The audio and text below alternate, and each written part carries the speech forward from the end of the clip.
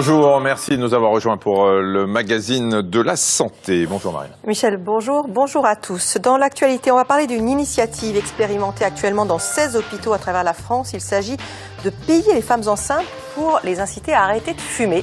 On en parlera dans le journal. Il sera également question des troubles musculo-squelettiques et puis on s'intéressera à une polémique à propos d'une nouvelle méthode contraceptive qui met des implants dans les trompes.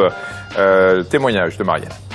J'ai donc le côté du visage qui a commencé à enfler, j'ai eu des douleurs indescriptibles. J'ai commencé à avoir des règles abondantes, très abondantes fin 2014 et là ça a été l'enchaînement, l'enfer a commencé.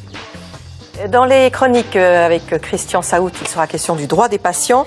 Et avec Françoise Forette, on verra s'il est bon pour la santé des seniors qu'ils s'occupent de leurs petits-enfants.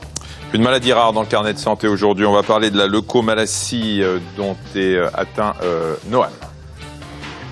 Noam est né prématuré et il a d'abord lutté pour survivre. Puis, ses parents ont appris qu'il serait handicapé. Quelques heures après la naissance, l'équipe médicale annonce un taux élevé de lactate.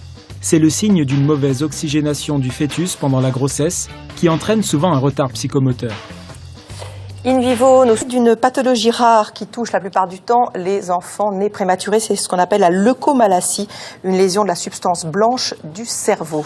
La lésion n'est pas toujours diagnostiquée pendant la grossesse. Les parents l'apprennent souvent pendant les premières heures de vie de leur bébé. L'échelle des séquelles est très vaste. Cela va de simples difficultés d'apprentissage à des handicaps lourds neuromoteurs. C'est ce qui est arrivé au petit Noam et à ses parents. Oui, ils se battent depuis 15 mois maintenant pour que leur fils ait le moins de séquelles possible. Nous sommes allés les rencontrer dans le nord de la France. C'est un reportage de Yann Dimeglio, Christian Gallet et Adeline Salapac. Bon, c'est qui là? C'est Noam? Comme n'importe quel bébé, Noam apprend les gestes de la vie quotidienne. Mais lui est un petit guerrier qui fait plus d'efforts à cause de la leucomalacie, une lésion du cerveau découverte à la naissance.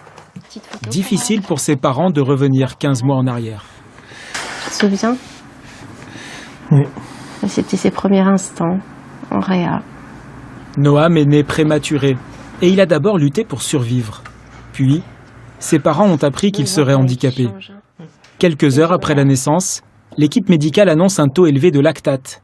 C'est le signe d'une mauvaise oxygénation du fœtus pendant la grossesse qui entraîne souvent un retard psychomoteur.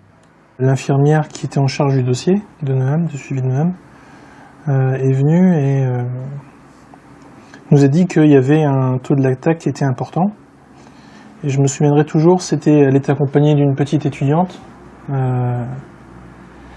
Et j'ai vu dans son regard que c'était pas un petit peu, quoi. C'était beaucoup. Et là, je me suis dit, on ne nous dit pas tout.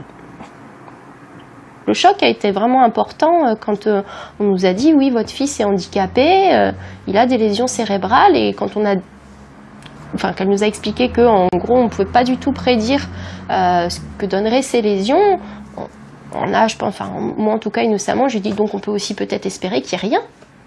Et elle nous a dit que non, ça c'était pas du tout envisageable, il y aurait forcément un handicap moteur. Tu dis bonjour à Florence? Bonjour Florence. Bonjour Noam. Oh là là. Psychothérapeutes, médecins, éducateurs, les professionnels du centre d'action sociale stimulent constamment Noam qui fait d'énormes progrès. Mais ses parents cherchent aussi des solutions ailleurs pour donner toutes ses chances à leur fils. On peut dire encore. Chez Florence, psychomotricienne, Noam apprivoise son système nerveux. Aucun geste n'était naturel pour lui et pourtant certains sont vitaux. Le petit garçon doit s'entraîner à déglutir, à sentir sa langue et à contrôler son souffle. Bravo, c'est Noam. Bravo Noam. Tu as soufflé dans le sifflet. Grâce à tous ces mouvements, Noam prend peu à peu conscience de son corps. La psychomotricienne envoie des messages au système nerveux défaillant pour qu'il imprime les bons gestes, comme celui de la marche. Tout va bien, tout va bien. On y va mon grand? Allez.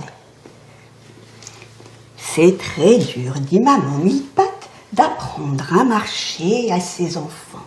Les premiers pas de bébé Mille-Pattes, c'est toute une histoire. Et ça prend du temps. L'idée, c'est de reprendre cette récapitulation dans une séance en donnant les mouvements de la façon la plus claire possible pour que justement le système nerveux puisse s'en nourrir, les appréhender de façon claire. Ces mouvements-là qui ont été appris quelque part, puisqu'ils n'étaient pas du tout innés chez Noam, maintenant il se les a appropriés, ce qui fait qu'il s'en sert, on va dire, de fondation pour pouvoir accéder à des apprentissages un peu plus complexes. Et on essaie de l'aider à ça. On pourrait dire qu'on donne à voir au système nerveux, en fait, les mouvements qui sont organisateurs pour lui. Ces exercices demandent beaucoup d'efforts à Noam. Et la récupération dans le hamac n'est certainement pas pour lui déplaire. Super, Noam, super. Aline consacre tout son temps à son fils.